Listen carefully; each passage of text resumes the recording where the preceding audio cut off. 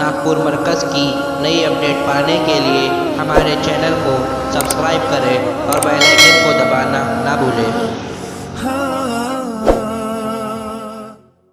الحمد للہ رب العالمین والعاقبۃ للمتقین صلی اللہ علیہ وعلی آلہ واصحابہ اجمعین، اما بعد فاعوذ باللہ من الشیطان الرجیم، بسم اللہ الرحمن الرحیم، والذین جاہدوا فینا لنہدینہم سبلنا وإن اللہ لمع المحسنین، صدق اللہ العظیم۔ وقال رسول اللہ صلی اللہ علیہ وسلم، طوبى لعبد جعله الله مفتاحا للخير مغلاقا للشر وويل لعبد جعله الله مفتاحا للشر مغلاقا للخير، او كما قال عليه الصلاة والسلام۔ پیارے بھائیوں، دوستو، عزیز اور بزرگوں، اللہ جل جلالہ عما نوالہ نے اس دنیا میں ہر انسان کو بہت تھوڑے سے وقت کے لیے بھیجا ہے۔ اب انسان آیا تو ہے بہت تھوڑے سے وقت کے لیے، مگر اللہ سبحانہ و تعالیٰ نے اس تھوڑے سے وقت میں انسان کو بہت زیادہ کمائی کرنے کے لیے بھیجا ہے۔ وقت اس کے پاس بہت تھوڑا ہے، مگر اس کے پاس کمائی کے لیے بہت ساری چیزیں اللہ نے مہیا کرائی۔ انسان کو اللہ پاک نے دو زندگی دی ہے۔ ایک زندگی شروع ہوتی ہے ماں کے پیٹ سے، جو کہ قبر پر ختم ہو جاتی ہے، اور دوسری زندگی شروع ہوتی ہے قبر سے، جو کہ پھر ہمیشہ ہمیشہ کی زندگی وہ شروع ہوتی ہے۔ قبر سے لے کر سور پھونکے جانے تک، قیامت تک کا جو وقت ہے اس کو عالم برزخ کہتے ہیں۔ برزخ کا عالم برزخ، قبر سے لے کر قیامت تک، سور پھونکے جانے تک، پھر قبر سے لے کر قیامت، سور پھونکا جانا، پھر اس کے بعد جنت، دوزخ، وہ ہمیشہ کی زندگی اب شروع ہو رہی ہے۔ ابد الآباد کی زندگی، لامحدود زندگی، کبھی نہ ختم ہونے والی زندگی۔ اس زندگی کا بننا اور اس زندگی کا بگڑنا موقوف ہے اس دنیا کی مختصر سی زندگی پر، کہ انسان نے یہاں کیسے وقت گزارا۔ اگر یہاں رہ کر انسان نے اس زندگی کی تیاری کی تو پھر وہ ہمیشہ کی زندگی بن جائے گی، اور اگر یہاں رہ کر اس زندگی کی تیاری نہیں کی تو پھر وہ ہمیشہ کی زندگی بگڑ جائے گی۔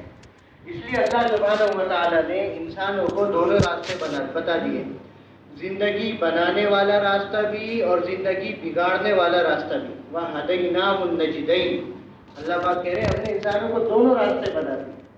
دیکھو، عربی میں راستے کے لیے ایک لفظ آتا ہے طریق، اور ایک لفظ آتا ہے سبیل، اور یہاں پر اللہ پاک نے فرمایا نجد۔ نجد عربی میں ایسے راستے کو کہتے ہیں جو بلندی پر واقع ہے۔ جو راستہ بلندی پر واقع ہوتا ہے وہ راستہ آسانی سے دکھائی دیتا ہے، اور وہ راستہ بہت آسانی سے سمجھ میں آ جاتا ہے۔ تو اللہ پاک فرما رہے ہیں ہم نے سیدھا راستہ اور غلط راستہ، سیدھا راستہ جس پر چلنے سے ہمیشہ کی آخرت بنتی ہے، اور غلط راستہ جس پر چلنے سے ہمیشہ کی آخرت بگڑتی ہے، وہ دونوں راستے انسان کو ایسے واضح سمجھا دیے، وَهَدَيْنَاهُ النَّجْدَيْنِ، ایسے واضح سمجھا دیے، ایسے صاف صاف سمجھا دیے کہ اب کسی کے لیے کوئی گنجائش نہیں ہے۔ کوئی اگر غلط راستے پہ چل رہا ہے تو وہ اپنی ہلاکت کی وجہ سے، وہ اپنی بے وقوفی کی وجہ سے چل رہا ہے، اور کوئی اگر سیدھے راستے پر چل رہا ہے تو اپنی سمجھداری کی وجہ سے، اپنی منزل مخصوص سامنے رکھ کر چل رہا ہے۔ اس لیے سیدھا راستہ، ایمان والا، اعمال والا، جنت والا، اللہ کی رضا والا، دعوت والا، اس راستے کو بتلانے کے لیے اللہ سبحانہ و تعالیٰ نے انبیاء علیہ الصلاۃ والتسلیمات کو دنیا میں بھیجا۔ مولانا عمر صاحب پالن پوری رحمۃ اللہ علیہ فرمایا کرتے تھے، قرآن مجید کی 6666 آیتوں میں سے 550 آیتیں ایسی ہیں جس میں احکام بیان کیے گئے، جس میں مسائل بیان کیے گئے۔ کتنی آیتیں؟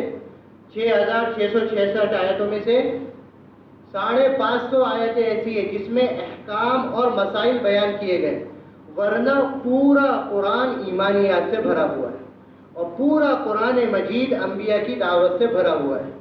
اس لیے ایمان بنانا ہے تو قرآن پڑھنا ہے، اور دعوت کے اصول سمجھنا ہے تو قرآن پڑھنا ہے۔ آج ہم سب پڑھتے، قرآن مجید ہی نہیں پڑھتے، نیوز پیپر پڑھتے ہیں، فونوں کی خبریں پڑھتے ہیں، سب کچھ پڑھتے ہیں، اگر نہیں پڑھتے تو قرآن مجید ہی نہیں پڑھتے۔ تبلیغ والے بھی قرآن مجید پڑھنے کے لیے بڑی کمی کرتے ہیں، بھائی بڑے تقاضے، دن میں بھی محنت، رات میں بھی محنت۔ چھوٹ کیا گیا کہ کھانا نہیں چھوٹا، سونا نہیں چھوٹا، کیا چھوٹ گیا کہ قرآن مجید کی تلاوت چھوڑ دی، کہ جس کے پڑھے بغیر انسان کا ایمان بن نہیں سکتا۔ اور جس کے پڑھے بغیر انسان دعوت کو سمجھ نہیں سکتا. اس لیے اللہ سبحانہ و تعالیٰ نے انبیاء کے واقعات کو اس میں بیان کیا اور انبیاء کے دعوت کے واقعات کو بیان کیا. اور اس کے بعد فرمایا ان فی ذلک لآیات لأولی الالباب، ان فی ذلک لآیات لأولی الابصار. اس میں نشانیاں ہیں، اس میں سمجھ ہے، اس میں نصیحت ہے، اس میں سبق ہے، اس میں ہدایت ہے. کس کے لیے؟ کہ عقل مندوں کے لیے. اور کس کے لیے؟ کہ آنکھ والوں کے لیے، کہ بے وقوف اور اندھے اس قرآن مجید سے ہدایت حاصل نہیں کر سکتے. ہدی للناس، حالانکہ ساری انسانیت کے لیے اور سارے عالم کے لیے اللہ پاک نے اس کو ہدایت کی کتاب بیان کیا. تو اللہ سبحانہ و تعالیٰ نے سیدھا راستہ بھی اور انبیاء کی سیدھی راستے کی دعوت کو بھی قرآن مجید میں بیان کیا. دیکھو ہر زمانے میں انبیاء کا مقابلہ ہوا ہے اور ہر زمانے میں انبیاء کی دعوت کے مقابلے میں رواج ٹکرایا ہے. موسیٰ علیہ السلام نے دعوت دی، فرعون کہتا تھا انا ربکم الاعلی، کہ میں تمہارا سب سے بڑا رب ہوں. الیس لی ملک مصر، کیا مصر کی بادشاہت میرے لیے نہیں؟ وہذہ الانہار تجری من تحتی، اور یہ میرے ماتحت جو ہے یہ نہریں جاری ہے، یہ باغ اور ساری چیزیں. انا ربکم الاعلی، کہ میں ہی تمہارا سب سے بڑا رب ہوں. اور موسیٰ علیہ السلام دعوت دیتے تھے کہ رب العالمین، کہ ساری کائنات کا تنہا رب صرف ایک اکیلا اللہ ہے. موسیٰ علیہ السلام نے کہا رب العالمین رب العالمین رب العالمین. فرعون نے کہا وما رب العالمین، کہ رب العالمین کون ہے جس کی موسیٰ دعوت دیتا ہے؟ تو موسیٰ علیہ السلام نے فرمایا رب السماوات والارض وما بینہما ان کنتم موقنین، کہ زمین کا بھی رب اور آسمان کا بھی رب اور زمین و آسمان کے درمیان جتنی پھیلی ہوئی شکلیں ہیں اور نقشے ہیں سب کا رب ایک اکیلا اللہ ہے. فرعون نے جو ہے اس کے آس پاس جو لوگ بیٹھے ہوئے تھے ان سے کہا لمن حولہ الا تستمعون، تم دیکھ رہے ہو یہ کیا کہہ رہا ہے موسیٰ، کیسی بہکی باتیں کر رہا ہے. موسیٰ علیہ السلام نے ایک ضرب اور لگائی، کہا ربکم ورب آبائکم الاولین، کہ قرآن کہتا تھا نا میں سب سے بڑا رب ہوں. تو موسیٰ علیہ السلام نے کہا تیرا بھی رب اور تیرے جتنے باپ دادا پر دادا سگڑ دادا اوپر تک جتنے گزرے سب کا رب ایک اکیلا اللہ ہے. فرعون نے کہا ان رسولکم الذی ارسل الیکم لمجنون، یہ موسیٰ اپنے آپ کو نبی کہہ رہا ہے، یہ نبی نہیں ہے، نعوذ باللہ تو مجنون ہے. موسیٰ علیہ السلام نے ایک ضرب اور لگائی رب المشرق والمغرب وما بینہما ان کنتم تعقلون، کہ مشرق کا رب اور مغرب کا رب اور شمال کا رب اور جنوب کا رب، ہر چیز کا رب، کہ چیونٹی سے لے کے جبرائیل تک کا رب ایک اکیلا اللہ ہے. فرعون نے کہا ہے موسیٰ اگر تم ایسی باتیں کرو گے تو میں تمہیں پھر قید خانے میں ڈالوں گا اور میں تمہیں پھر سزا دوں گا. موسیٰ علیہ السلام سے کیا کہا کہ میں تمہیں قید خانے میں ڈال کر سزا دوں گا اور ایسا کروں گا اور ایسا کروں گا. موسیٰ علیہ الصلاۃ والتسلیم کہ انبیاء کی دعوت کی یہ تاثیر کہ حالات سے متاثر نہیں ہوتے تھے، حکومت سے متاثر نہیں ہوتے تھے، ماحول سے متاثر نہیں ہوتے تھے. حضرت شاہ مالک صاحب رحمۃ اللہ علیہ فرمایا کرتے تھے کہ حق کی ابتدا ناگواریوں سے ہوتی ہے اور انتہا کامیابی سے ہوتی ہے. انتہا کیسے ہوتی ہے؟ کہ انتہا کامیابی سے ہوتی ہے اور ابتدا ناگواری سے ہوتی ہے. اذیتوں کی اور مشقتوں کی انتہا پر وسعتوں کی اور نصرتوں کی ابتدا ہوتی ہے. اذیتوں کی اور مشقتوں کی انتہا پر وسعتوں کی اور نصرتوں کی ابتدا ہوتی ہے. یہاں تک کہ فرعون نے اپنے جادوگر بلا لیے. موسیٰ علیہ السلام نے ایک دن پہلے جا کر جادوگروں سے کہا کہ دیکھو تم تو جادوگر ہیں، مگر میں نبی ہوں، میرے پاس معجزات ہیں، تم مجھ سے نہ ٹکراؤ. اگر تم مجھ سے ٹکراؤ گے تو تم اللہ کی قدرت سے ٹکراؤ گے. میں تمہیں یہ بات کہہ رہا ہوں. جادوگر سمجھدار تھے اور قریب تک یہ بات سمجھ میں آ جائے، مگر فرعون ان کے پاس آیا اور فرعون نے کہا ان ھذان لسحران یریدان یخرجاکم من ارضکم بسحرہما، یہ موسیٰ اور ہارون کی باتوں میں نہیں آنا، یہ تو بہت بڑے جادوگر ہیں اور یہ چاہتے ہیں کہ تمہیں اپنے ملک سے باہر نکال دیں اور یہ تمہارے ملک پر قبضہ کر لیں. یہ کہا تو جادوگروں نے کہا چلو مقابلہ ہوگا تبھی دیکھ لیں گے کون سچ ہے کون غلط ہے. مقابلہ ہوا تو جادوگروں نے موسیٰ علیہ السلام اور ہارون علیہ السلام یہ دونوں کا لباس دیکھا تو لباس دیکھ کر جادوگروں نے کہا ان کا لباس تو بہت اچھا ہے. ہمارے یہاں جنگ کا ایک لباس ہوتا ہے زرہ، کیا کہتے ہیں اسے؟ زرہ، جن کے لباس کو، یہ بہت اچھا لگا. تو جادوگروں نے اپنے لباس موسیٰ علیہ السلام اور ہارون علیہ السلام کے جیسے کر لیے اور پھر جب موسیٰ علیہ السلام کا معجزہ دیکھا تو سارے جادوگر سجدے میں گر گئے. آمنا برب العالمین، کہ ہم رب العالمین پر ایمان لائے، رب موسیٰ و ہارون، موسیٰ اور ہارون کے جو رب ہیں۔ اللہ سبحانہ و تعالیٰ نے موسیٰ علیہ السلام سے کہا، اے موسیٰ، انہوں نے تو صرف لباس بدلا تھا، ہم نے ان کے دل کو بدل دیا، ان کے دل کو ایمان کے نور سے بھر دیا۔ اس لیے دیکھو دوستو، دعوت میں اصل سنت دعوت ہے۔ دعوت میں اصل کیا ہے؟ سنت دعوت ہے۔ حضور صلی اللہ علیہ وسلم نے ہر چیز کا طریقہ بتلایا۔ ایک ہے سنت عادت، کہ ہماری پوری عادتیں حضور کے مطابق، حضور کی عادتوں کے مطابق۔ ایک ہے سنت عبادت، کہ ہر عبادت حضور کے طریقے پر۔ بھائی 2 رکعت آپ نے نماز پڑھی، طریقہ اپنا لا لیا، پہلے قاعدہ اخیرہ میں بیٹھ گئے، پھر سجدہ کر لیا، پھر رکوع کر لیا، پھر قیام کر لیا، کیا تو سب کچھ جو کرتے ہیں، مگر طریقہ حضور کا نہیں تھا۔ تو ایسی 10,000 نمازیں بھی پڑھیں گے تو منہ پہ مار دی جائیں گی، اور 2 رکعت نماز حضور کے طریقے پر ہوں گی تو 2 رکعت نماز 7 زمین اور 7 آسمان سے زیادہ کی۔ کیوں بھائی، ہے نہیں ایسا؟ تو دعوت میں اصل سنت دعوت ہے۔ دعوت میں اصل کیا ہے؟ ہر نبی سے رواج ٹکرایا ہے۔ نبی اکرم صلی اللہ علیہ وسلم نے اپنے آپ کو اور اپنے کام کو اور اپنے صحابہ کو رواج سے بہت دور رکھا۔ کیسے دور رکھا ہے؟ رواج سے بہت دور رکھا ہے۔ اس لیے آج رواج غالب آتے جا رہے ہیں، جس کی وجہ سے دعوت کی جان نکلتی جا رہی ہے۔ آلات کے ذریعے سے دعوت نہیں پھیلتی ہے، رواج کے ذریعے سے رواج وجود میں آتا ہے۔ دوستو، دعوت میں اصل سنت دعوت ہے۔ کیسی عجیب بات! ہم آزاد نہیں ہیں، کھانے میں آزاد نہیں ہے، حضور کا طریقہ ہے۔ پہننے میں آزاد نہیں ہے، حضور کا طریقہ ہے۔ شادی بیاہ میں آزاد نہیں ہے، حضور کا طریقہ ہے۔ تو سوچو تو صحیح، اتنا بڑا نبوت والا کام کہ جس محنت کے ذریعے سے صدیوں تک ہدایت پھیلی، اور جس محنت کے ذریعے سے صدیوں تک کی ہدایت کا مسئلہ، صدیوں تک کی نسلوں کا مسئلہ حل، کہ صدیوں تک کی نسلوں کو اللہ پاک ہدایت دیں گے، وہ محنت کرنے میں ہم کیسے آزاد ہو سکتے ہیں؟ اس محنت کو کرنے میں بھی ہم پابند ہیں کہ حضور صلی اللہ علیہ وسلم کا دعوت کا طریقہ کیا تھا۔ تو میں نے کہا کہ دعوت میں اصل سنت دعوت ہے۔ ہر نبی سے رواج ٹکرایا ہے۔ حضور صلی اللہ علیہ وسلم کی دعوت کی سنت یہ ہے کہ حضور صلی اللہ علیہ وسلم بذات خود جا کر دعوت دیا کرتے۔ آلات کے ذریعے سے اور کسی اور چیز کے ذریعے سے دعوت دینا، یہ اصل دعوت کی سنت نہیں ہے، تو رواج ہے۔ یہ کیا ہے؟ رواج ہے، اور یہ کام کے ساتھ خیانت ہے۔ دعوت میں اصل سنت دعوت ہے۔ حضرت مولوی صاحب رحمۃ اللہ علیہ فرمایا کرتے تھے کہ ایسی دعوت دو، ایسی دعوت دو کہ دیکھنے والوں کو ترس آ جائے اور اللہ کو رحم آ جائے۔ جب دیکھنے والوں کو ترس آ جائے گا اور اللہ کو رحم آ جائے گا تو پھر اللہ سبحانہ و تعالیٰ مدعو کی ہدایت کے فیصلے کر لیں گے۔ حضور صلی اللہ علیہ وسلم قبیلے کے سردار ہیں، حکم بن کیسان، اللہ کے نبی نے ان کو دعوت دی، اور اتنی دعوت دی کہ آپ دعوت دیتے دیتے تھک گئے، یہاں تک کہ صحابہ رضی اللہ عنہ نے تھکاوٹ کے آثار محسوس کیے۔ تو کہا حضرت عمر رضی اللہ عنہ نے خاص طور پر، اللہ کے نبی سے تو میرے حوالے کیجیے، یہ آپ کی بات نہیں مان رہا ہے، آپ اسے میرے حوالے کیجیے، میں اسے قتل کروں گا اور اس کے ٹھکانے جہنم تک پہنچاؤں گا۔ حضور صلی اللہ علیہ وسلم متوجہ نہیں ہوئے، آپ دعوت دیتے رہے۔ ایک دھن تھی، ایک فکر تھی، متواصل الاحزان دائم الفکرہ لیست لہ راحہ۔ اللہ کے نبی ہمیشہ فکر مند رہتے تھے اور ہمیشہ غمگین رہتے تھے اور ہمیشہ بے چین اور بے قرار رہتے تھے۔ کس کے لیے؟ اپنی امت کے لیے، امت کے ایک ایک فرد کے لیے، میرے لیے، آپ کے لیے۔ اور کتنی بے چینی اور کتنی بے قراری، لعلک باخع نفسک الا یکونوا مؤمنین، کہ قرآن نازل ہو رہا ہے تسلی دینے کے لیے، اے اللہ کے نبی اگر یہ آپ کی دعوت قبول نہ کرے تو ان کے پیچھے کوڑ کوڑ کر کہیں آپ کی روح پرواز نہ ہو جائے، ایسی آپ دعوت دے رہے ہیں۔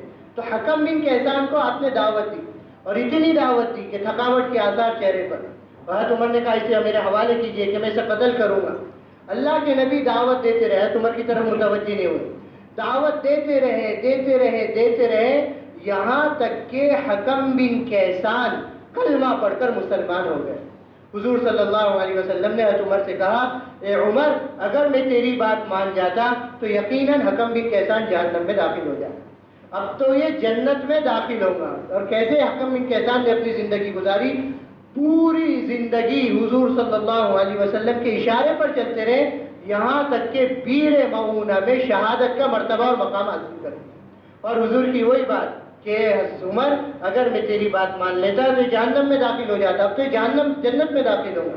تو یہ ہے دعوت میں اصل سنت دعوت ہے کہ ایک ایک کے پاس جا کر اپنے آپ کو تھکایا جائے۔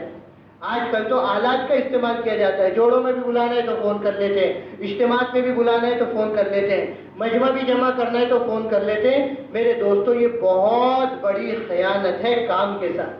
دعوت میں اصل سنت دعوت ہے کہ خود جا کر دعوت دی جائے، اور اس میں تاخیر اور آلات اور رواج کا استعمال کرنا، میرے دوستو یہ تو پتہ نہیں ہمیں اور کام کو کتنا پیچھے لے کر چلے جائیں۔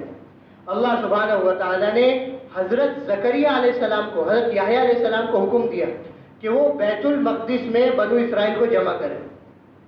تو حضرت یحییٰ علیہ السلام سے تاخیر ہو گئی بیت المقدس میں جمع کرنے میں، اور اللہ پاک نے حکم دیا تھا کہ 5 باتوں کی ان کو تعلیم کرو، کہ کلمے کی، نماز کی، قرآن مجید کی تلاوت کی، ذکر کی، زکوٰۃ کی۔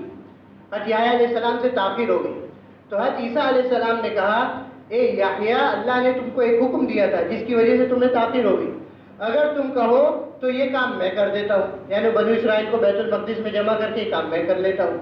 حضرت یحییٰ علیہ السلام نے کہا، نہیں نہیں، یہ تو اللہ کا ایک حکم تھا جس پر تاخیر ہو گئی، مجھے تو ڈر ہے کہ اور زیادہ تاخیر کرنے میں کہیں اللہ مجھے زمین میں نہ دھسا دے۔ ایک نبی ہے، دعوت اور اس محنت کی تاخیر پر اتنی فکر کر رہے ہیں۔ تو میرے دوستو بزرگوں، یہ اصل ہے، چاہے مجمع بھی جمع کرنا ہو، چاہے انفرادی بھی جا کر دعوت دینا ہو، تو دعوت میں اصل سنت دعوت ہے کہ حضور صلی اللہ علیہ وسلم کا جو طریقہ ہے، رواج سے رواج غالب آتا ہے۔ رواج سے کیا غالب آتا ہے؟ کہ رواج سے رواج غالب آتا ہے۔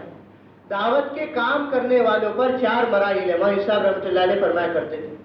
سب سے پہلا مرحلہ وجود دعوت ہے۔ سب سے پہلا مرحلہ کیا ہے؟ وجود دعوت ہے۔ وجود دعوت یعنی کام کو اپنا کام بنانا اور کام کو زندگی کا مقصد بنانا۔ ابھی تو دوستو بزرگوں، ہم نے کام کو اپنا کام ہی نہیں بنایا، ہر چیز کو اپنا کام بنایا، مگر ہمارا اس کام کے ساتھ بہت سوتیلا سلوک ہے۔ کام کو اپنا کام بنانا کہ ہم اس کام کو کریں گے اور زندگی کی آخری سانس تک کریں گے اور موت تک کریں گے اور ہر حال میں کریں گے، جیسے صحابہ نے کیا تھا۔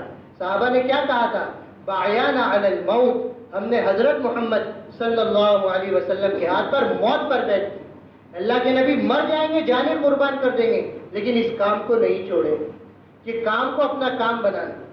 صحابہ نے حضور صلی اللہ علیہ وسلم سے یہ بات کہی تھی، بَعْيَانَ عَلَى السَّمْعِ وَالطَّاعَةِ، ہم آپ کے ہاتھ پر اس بات پر بیعت کرتے ہیں کہ ہم آپ ہی کی سنیں گے اور آپ ہی کی مانیں گے، آپ کے علاوہ نہ کسی کی سنیں گے، نہ آپ کے علاوہ کسی کی مانیں گے۔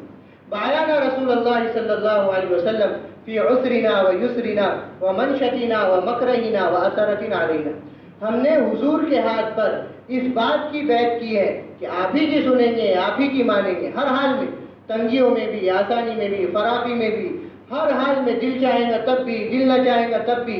کام ہم کریں، نام کسی اور کا ہو رہا، کام ہم کریں، ترجیح کسی اور کو دی جا رہی ہو، پھر بھی ہم اس کام کو کریں۔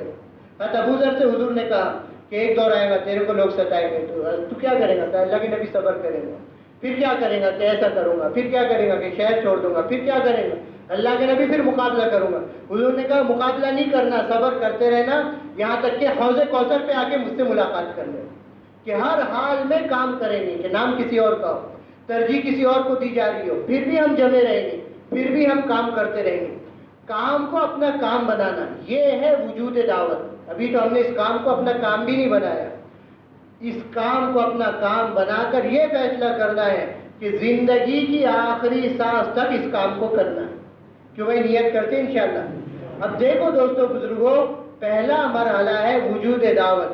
حضرت مولوی صاحب رحمۃ اللہ علیہ فرمایا کرتے تھے، کام کرنے والوں پر دوسرا مرحلہ جو آتا ہے وہ وقفہ تربیت کا آتا ہے۔ کائے کا آتا ہے؟ وقفہ تربیت۔ جب کام کو اپنا کام بنائیں گے تو پھر اللہ تعالیٰ آزمائش کریں گے۔ مولوی صاحب رحمۃ اللہ علیہ فرمایا کرتے تھے، سورج نکلے روشنی نہ ہو، ایسا تو ہو سکتا ہے کام کرنے والے کام کریں اور ان پر حالات نہ آئے، ایسا نہیں ہو سکتا۔ ایسا نہیں ہو سکتا کہ حالات تو آئیں گے۔ الف لام میم حسب الناس ان یترکوا ان یقولوا آمنا وهم لا یفتنون ولقد فتنا الذین من قبلهم فلیعلمن اللہ الذین صدقوا ولیعلمن الکاذبین۔ کیا لوگوں کا گمان ہے کہ انہوں نے کہہ دیا کہ ہم ایمان لائے، ان کو آزمایا نہیں جائے گا؟ نہیں، ان کی تو آزمائش ہوگی جیسے پچھلوں کی آزمائش ہوئی۔ اب یہ ہے کہ آزمائش کے مراحل مختلف ہیں۔ نبی اکرم صلی اللہ علیہ وسلم سے جب صحابہ نے حالات کی شکایت کی تو حضور نے کہا تم حالات سے گھبرا گئے اور حالات کی شکایت کر رہے ہو، ابھی تو تم پر وہ حالات نہیں آئے جو پچھلوں پر آئے. کہ پچھلوں پر کیا حالات آئے؟ کہ پچھلوں پر ایسے حالات آئے ایمان کے خاطر اور دین کے خاطر کہ ان کے سر پر آرے رکھ کر ان کے جسموں کے 2 ٹکڑے کر دیے گئے اور لوہے کی کنگیاں کر کر ان کی کھالیں ادھیڑ دی گئی.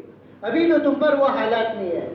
تو حالات آئیں گے. ہم پر کیا حالات ہے کہ تھوڑی سی دکان کی قربانی، تھوڑی سی کاروبار کی قربانی، تھوڑی سی مکان کی قربانی، تھوڑی سی بیوی بچوں کی قربانی، تھوڑی سی شادی بیاہ کی قربانی، تھوڑی سی نیند کی قربانی. تھوڑی سی کہیں کی قربانی؟ نیند کی قربانی. تو حالات آتے ہیں اللہ پاک آزمانے کے لیے لاتے ہیں، اور حالات آتے ہیں ترقی کے لیے. جو حالات میں جمتا ہے حالات کے بعد کی نصرتوں میں اس کا پورا پورا حصہ ہوتا ہے، اور جو حالات کے دور ہونے کا انتظار کرتا ہے پھر وہ حالات کے بعد کی نصرتوں سے محروم رہ جاتا ہے. اللہ سبحانہ و تعالیٰ نے صحابہ کے حالات کے واقعات اور ان کے جمنے کے واقعات کو قرآن مجید میں بیان کیا. مثال کے طور پر خندق ہے، خندق کا موقع ہے. کیسے سخت حالات کہ 100 قبائل کے 100 سرداروں نے بیت اللہ کی دہلیز پر ہاتھ رکھ کر یہ قسم کھائی تھی نعوذ باللہ محمد صلی اللہ علیہ وسلم اور آپ کے اصحاب کا مدینہ سے صفایا کر دیں. اور یہ کہا تھا کہ جو ہے بنو قریظہ نے اپنے عہد کو توڑ دیا تھا. جو مدینہ کا قبیلہ تھا اس نے اپنے عہد کو توڑ دیا تھا، یہود کا قبیلہ. ازاغت الابصار کہ قرآن بیان کر رہے ہیں آنکھیں پھٹی کی پھٹی رہ گئی. وبلغت القلوب الحناجر کلیجے منہ کو آنے لگے. هنالک ابتلی المؤمنون وزلزلوا زلزالا شدیدا مومنین کی سخت آزمائش کی گئی، انہیں جھنجھوڑا گیا. ایسے موقع پر اللہ کے نبی صلی اللہ علیہ وسلم انصار اور مہاجرین صحابہ کے ساتھ جم رہے ہیں اور اپنے صحابہ کو جما رہے ہیں. اور دیکھو حوصلہ افزائی کر رہے ہیں. حالات کے موقع پر اپنے صحابہ کی کیا کر رہے ہیں؟ حوصلہ افزائی کر رہے ہیں. ان کے سامنے ان کے لیے دعا دے رہے ہیں اللہم لا عیش الا عیش الآخرہ فاغفر للانصار والمہاجرہ. اے اللہ دنیاوی عیش کوئی عیش نہیں ہے، یہ انصار اور مہاجرین جو قربانی دے رہے ہیں اللہ تو ان کی مغفرت فرما. اور قدموں کے اکھڑنے کے وقت انصار اور مہاجرین جم کر دکھا رہے ہیں اور کیا فرما رہے ہیں؟ نحن الذین بایعوا محمدا علی الجہاد ما بقینا ابدا. ہم نے حضرت محمد صلی اللہ علیہ وسلم کے ہاتھ پر بیعت کی ہے، مر جائیں گے کٹ جائیں گے مگر آپ کا ساتھ نہیں چھوڑیں گے اور آپ کا کام نہیں چھوڑیں گے. اور صدیق اکبر رضی اللہ تعالیٰ عنہ نے حضور کے وصال پر وہ تاریخی جملہ کہ جب چاروں طرف سے مدینہ منورہ حالات میں آ گیا، ہرقل 2.5 لاکھ کی فوج کے ساتھ تیار مدینہ کی اینٹ سے اینٹ بجانے کے لیے، اور مسلمہ کذاب نے جھوٹی نبوت کا دعویٰ کر لیا اور مانعین زکوٰۃ پیدا ہو گئے، عربوں میں ارتداد پھیل رہا ہے، اور صدیق اکبر رضی اللہ عنہ حضور کا وصال ہو چکا، چاروں طرف سے مدینہ پہ حالات، صدیق اکبر رضی اللہ عنہ جم رہے ہیں. اور کیا صدیق اکبر رضی اللہ عنہ کو غم نہیں تھا حضور کا؟ حضور صلی اللہ علیہ وسلم کا ایسا صدمہ امت پر آیا ہے کہ علماء نے لکھا ہے کہ امت پر اس سے بڑا صدمہ کوئی گزرا ہی نہیں ہے کہ امت کا نبی امت سے رخصت ہو گیا. اس لیے علماء نے لکھا ہے کہ جب کسی کو کسی کی یاد اور کسی کی جدائی بہت زیادہ ستانے لگے، ہوتا ہے نا، اب کس کے ساتھ کیا ہوتا ہے وہ خود ہی جانتا ہے، جب بہت زیادہ جدائی کا صدمہ ہونے لگے، نبی اکرم صلی اللہ علیہ وسلم کے دنیا سے رخصت ہونے کو یاد کر لے، اللہ اس کے صدمے کو ہلکا کر دے. کہ امت میں اس سے بڑا صدمہ نہیں ہوا کہ حضرت عثمان پہ سکتا اور حضرت علی پہ سکتا اور حضرت عمر تلوار لے کر کھڑے ہو گئے. قربان جائے صدیق اکبر رضی اللہ عنہ پر. کیا صدیق اکبر رضی اللہ عنہ پر غم نہیں تھا؟ یار غار، یار مزار، حضور کے ساتھ رہنے والے کہ سب کے احسان کا بدلہ دے چکا ہوں سوائے صدیق اکبر کے، اس کے احسان کا بدلہ تو اللہ ہی دے گا. اور جس سب کے مال، مجھے کسی کے مال نے اتنا فائدہ نہیں دیا جتنے صدیق اکبر کے مال نے فائدہ دیا. اور حضور نے فرمایا جس کے سامنے بھی دعوت پیش کی کسی نے کچھ نہ کچھ سوچا، کچھ نہ کچھ تردد کیا، کچھ نہ کچھ مشورہ کیا سوائے صدیق اکبر کے کہ دعوت دیتے ہی ایمان میں داخل ہو گئے. وہ صدیق اکبر رضی اللہ عنہ، ان پر کتنا بڑا صدمہ ہوگا. اللہ کے نبی صلی اللہ علیہ وسلم کی پیشانی مبارک سے یمنی چادر کو ہٹایا اور روتے ہوئے بوسہ لیا اور فرمایا تبت حیا و تبت میتا یا رسول اللہ. اے اللہ کے نبی آپ کی زندگی بھی پاکیزہ اور آپ کی موت بھی پاکیزہ. اے اللہ کے نبی اگر آپ کی جان اختیاری ہوتی تو ہم اپنی لاشوں کی صفیں بچھا دیتے مگر آپ کو دنیا سے رخصت ہونے نہیں دے. لیکن یہ تو ایک اٹل فیصلہ ہے، انک میت وانہم میتون، کہ دنیا میں تو سب کو موت آنا ہے، کل من علیہا فان ویبقى وجہ ربک ذو الجلال والاکرام، کہ رب کائنات کے سوا کوئی دنیا میں باقی رہنے والا نہیں ہے۔ اللہ سبحانہ و تعالیٰ روایتوں میں، حدیث میں جبرائیل کو موت دیں گے، اللہ اکبر، آج جبرائیل مر رہا ہے، جب جبرائیل علیہ السلام کو اللہ پاک موت دیں گے تو عرش کانپنے لگے گا کہ آج جبرائیل کی موت آ رہی ہے، اللہ پاک فرمائیں گے اسکت فقط كتبت الموت على من كان تحت عرشی، اے میرے عرش تو کانپنا بند کر دے، روئے زمین پر اور زمین میں اور آسمان میں جتنی مخلوق میرے علاوہ ہے سب میری مخلوق ہے، اور سب کے لیے میں نے موت کا فیصلہ اٹل کر دیا کہ آج جبرائیل مر رہا ہے۔ اور صدیق اکبر رضی اللہ تعالیٰ عنہ ممبر رسول پر چڑھے اور فرمایا، سب سے پہلے لوگوں کا عقیدہ درست کیا، من کان منکم یعبد محمدا فإن محمدا قد مات، جو محمد صلی اللہ علیہ وسلم کی عبادت کرتا ہے وہ جان لے اس کا خدا دنیا سے رخصت ہو چکا ہے، ومن کان منکم یعبد اللہ فإنہ حی لا یموت، جو ایک خدا وحدہ لا شریک لہ کی عبادت کرتا ہے وہ جان لے کہ خدا تو حی القیوم ہے، ہمیشہ سے ہمیشہ رہے۔ اور قرآن کی آیت پڑھی، وما محمد الا رسول قد خلت من قبل الرسل، محمد صلی اللہ علیہ وسلم میرے رسول ہی تو تھے، آپ دنیا سے چلے گئے جیسے اور رسول چلے گئے، کیا آپ کی محنت باقی نہیں ہے؟ کیا آپ کا دین باقی نہیں ہے؟ کیا آپ کا کام باقی نہیں ہے؟ یہ ہماری ذمہ داری ہے، کیا تم اس سے پھر جاؤ گے؟ اگر کوئی ایسا نقصان کرے گا تو اپنا ہی نقصان کرے گا۔ صدیق حضرت عمر رضی اللہ عنہ فرماتے ہیں، جیسی آیت صدیق اکبر رضی اللہ عنہ نے پڑھی مجھے ایسا محسوس ہوا کہ قرآن مجید کی آیت آج ہی نازل ہوئی ہے، اور پھر میرے پیر میرے جسم کا بوجھ برداشت نہیں کر سکے اور بے ساختہ میں زمین پر گر گیا۔ میرے محترم دوستوں، اور پھر صدیق اکبر رضی اللہ عنہ نے جو ترتیب بنائی، کہا کہ حضور صلی اللہ علیہ وسلم کو حضرت اسامہ کی بڑی فکر تھی، حضرت اسامہ کا لشکر تیار تھا، اللہ کے نبی صلی اللہ علیہ وسلم نے فرمایا تھا آخری وصیت کہ ہونٹ حرکت کر رہے تھے، سمجھ میں نہیں آ رہا تھا کیا کہہ رہے، انفذوا جیش اسامہ، کہ دیکھو اسامہ کے لشکر کو روانہ کرنا۔ حضرت اسامہ کا لشکر تیار تھا اور روانہ بھی ہو گیا تھا۔ ان کی والدہ آئی اللہ کے نبی کے پاس کہ اللہ کے نبی، اگر آپ اس حال میں میرے بیٹے اسامہ کو بھیج دیں گے، آپ کی طبیعت اتنی خراب ہے تو اس کا جو ہے دل نہیں لگے گا، یہ ٹھیک سے نہیں رہ پائے گا، راحت سے نہیں رہ پائے گا۔ ہماری رائے تھی آپ اسے کہیں قریب پاس میں روک دیں، آپ کی طبیعت سمجھ جائے گی، پھر یہ چلے جائیں گے، اور طبیعت کیا سمجھتی ہے، آپ کا تو آخری وقت تھا۔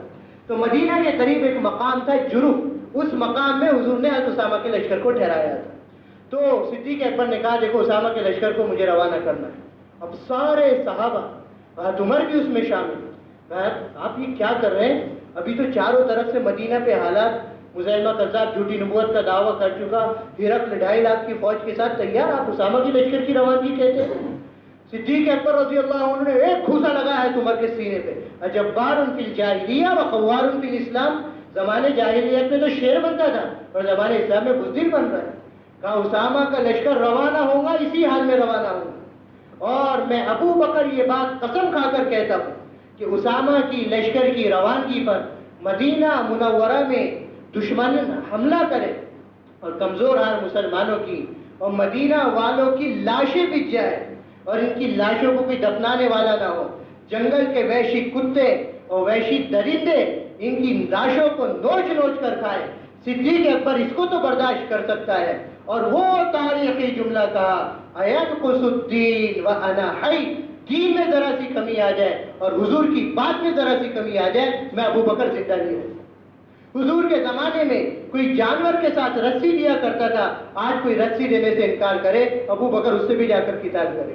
ہمارے حضرت جی محمد صاحب دامت برکاتہ اللہ پاک عمر میں بہت برکت عطا فرمائے، فرماتے ہیں کہ صدیق اکبر رضی اللہ عنہ نے تو رسی برابر دین میں کمی کو برداشت نہیں کیا، رسی برابر۔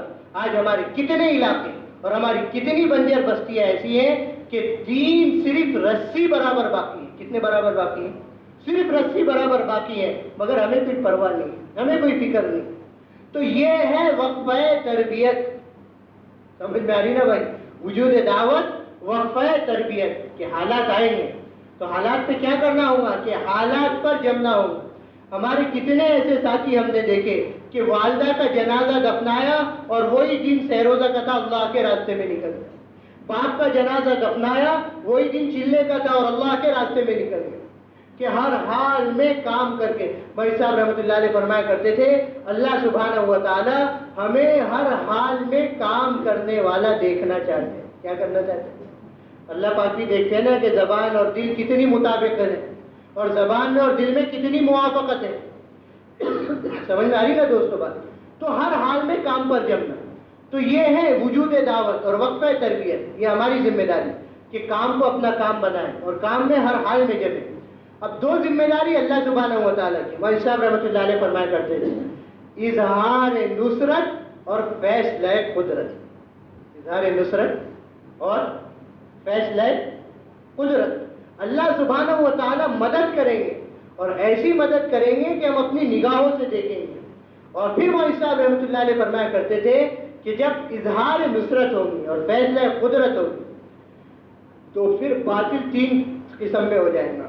ایک تو باطل وہ ہوگا جسے اللہ پاک ہدایت دے دیں، وہ دیکھ لینا کہ بھائی ان کے ساتھ تو ملکوتی طاقت ہے اور ان کے ساتھ تو آسمانی طاقت ہے، تو باطل ایمان میں داخل ہو جائے گا۔ اور دوسرا یہ کہ باطل خاموش ہو جائے گا، سائلنٹ ہو جائے گا کہ بھائی ان کے ساتھ تو آسمانی طاقت ہے، ہم خاموش رہو، اپنی جگہ پر خاموش رہو۔ اور تیسرا باطل مقابلے پر آئے گا۔ حضرت فرماتے تھے کام کرنے والے وجود دعوت اور وقفہ تربیت، کام کو اپنا کام بنائے، ہر حال میں جمے، قربانی دیتے ہوئے اس مرحلے سے گزر جائیں گے اور باطل مقابلے پر آئے گا تو اللہ سبحانہ و تعالیٰ باطل کو پاش پاش کر رکھے اور اللہ سبحانہ و تعالیٰ باطل کو ملیا میٹ کر دیں گے اور اللہ سبحانہ و تعالیٰ باطل کو ہلاک اور برباد کر دیں گے۔ بات سمجھ میں آ رہی نا دوستو؟ بات سمجھنے سے تعلق رکھتی ہے۔ ہمارے کو یہ بیان تقریر تو آتی بھی نہیں اور نہ یہ اجتماع بیان تقریر کا ہے۔ حضرت فرماتے تھے ہمارا جمع ہونا ہمارے بکھرنے کے لیے، جس جمع ہونے سے مقصود جمع ہونا نہ ہو، وہ جمع ہونا اصل جمع ہونا ہی نہیں ہے۔ تو بات یہ ہے کہ بات سمجھنے سے تعلق رکھتی ہے کہ کیا ہوا خندق میں کہ صحابہ نے کام کو اپنا کام بنایا اور وقفہ تربیت کہ صحابہ جمے رہے۔ صحابہ کیا کریں کہ صحابہ جمے رہے، جمنے پر پھر اظہار نصرت اور فیصلہ قدرت کہ وہ مدد نازل ہوئی، وہ مدد نازل ہوئی۔ اللہ پاک فرماتے ہیں ہم نے ہواؤں کے ذریعے سے مدد کی کہ ہوائیں ایسی چلی کہ دشمنوں کے خیمے اکھڑ گئے، اور ہوائیں ایسی چلی کہ خیموں کے باندھنے کے کھوٹے تک ٹوٹ گئے، اور ہوائیں ایسی چلی کہ دشمنوں کے دیگیں الٹ گئی، اور ہوائیں ایسی چلی کہ ایسا بھاگے کسی نے کسی کی طرف پلٹ کر بھی نہیں دیکھا۔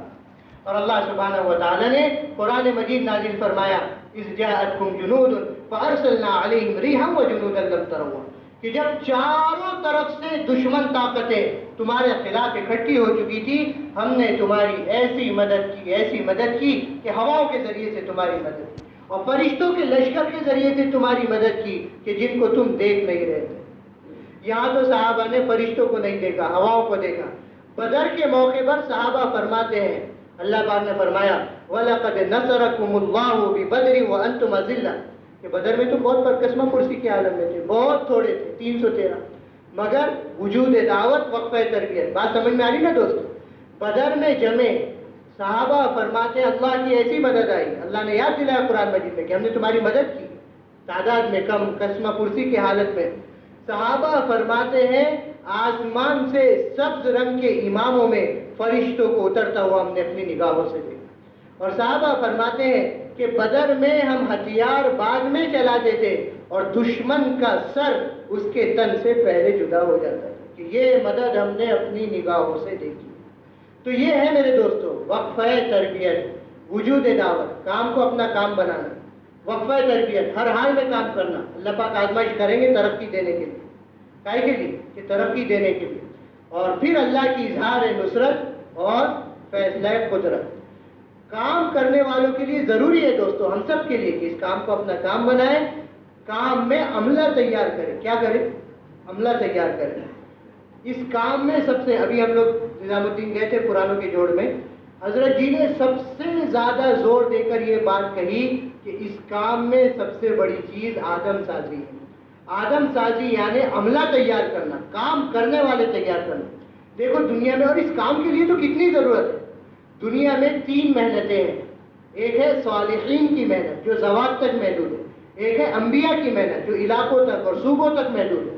وَإِلَىٰ مَدْيَنَ أَخَاهُمْ شُعَيْبًا، شعیب علیہ السلام کو اللہ پاک نے بس ایک شہر کے لیے نبی بنا کر بھیجا۔ ایک ہے سید الانبیاء حضرت محمد صلی اللہ علیہ وسلم والی محنت، عالمی نبی کی عالمی محنت۔ آپ کو فرمایا قل یا ایھا الناس انی رسول اللہ الیکم جمیعا، اے محمد صلی اللہ علیہ وسلم آپ یہ دنیا میں اعلان کر دیجئے کہ میں تم سارے انسانوں کے لیے نبی بنا کر بھیجا گیا ہوں۔ آپ کے بارے میں فرمایا کافۃ للناس کہ آپ سارے انسانوں کے لیے نبی، اور آپ کی امت کے بارے میں کیا فرمایا امۃ اخرجت للناس کہ آپ کی امت ساری انسانیت کے لیے نکالی گئی۔ تو بتاؤ عالمی کام، عالمی نبی کے ہم امتی، اتنا بڑا کام، ایک چھوٹی سی فیکٹری اور ایک چھوٹی سی کمپنی بغیر عملے کی نہیں چلتی، بغیر اسٹاف کی نہیں چلتی، اتنا بڑا نبیوں والا کام یہ بغیر عملے کے اور بغیر اسٹاف کے کیسے چلے؟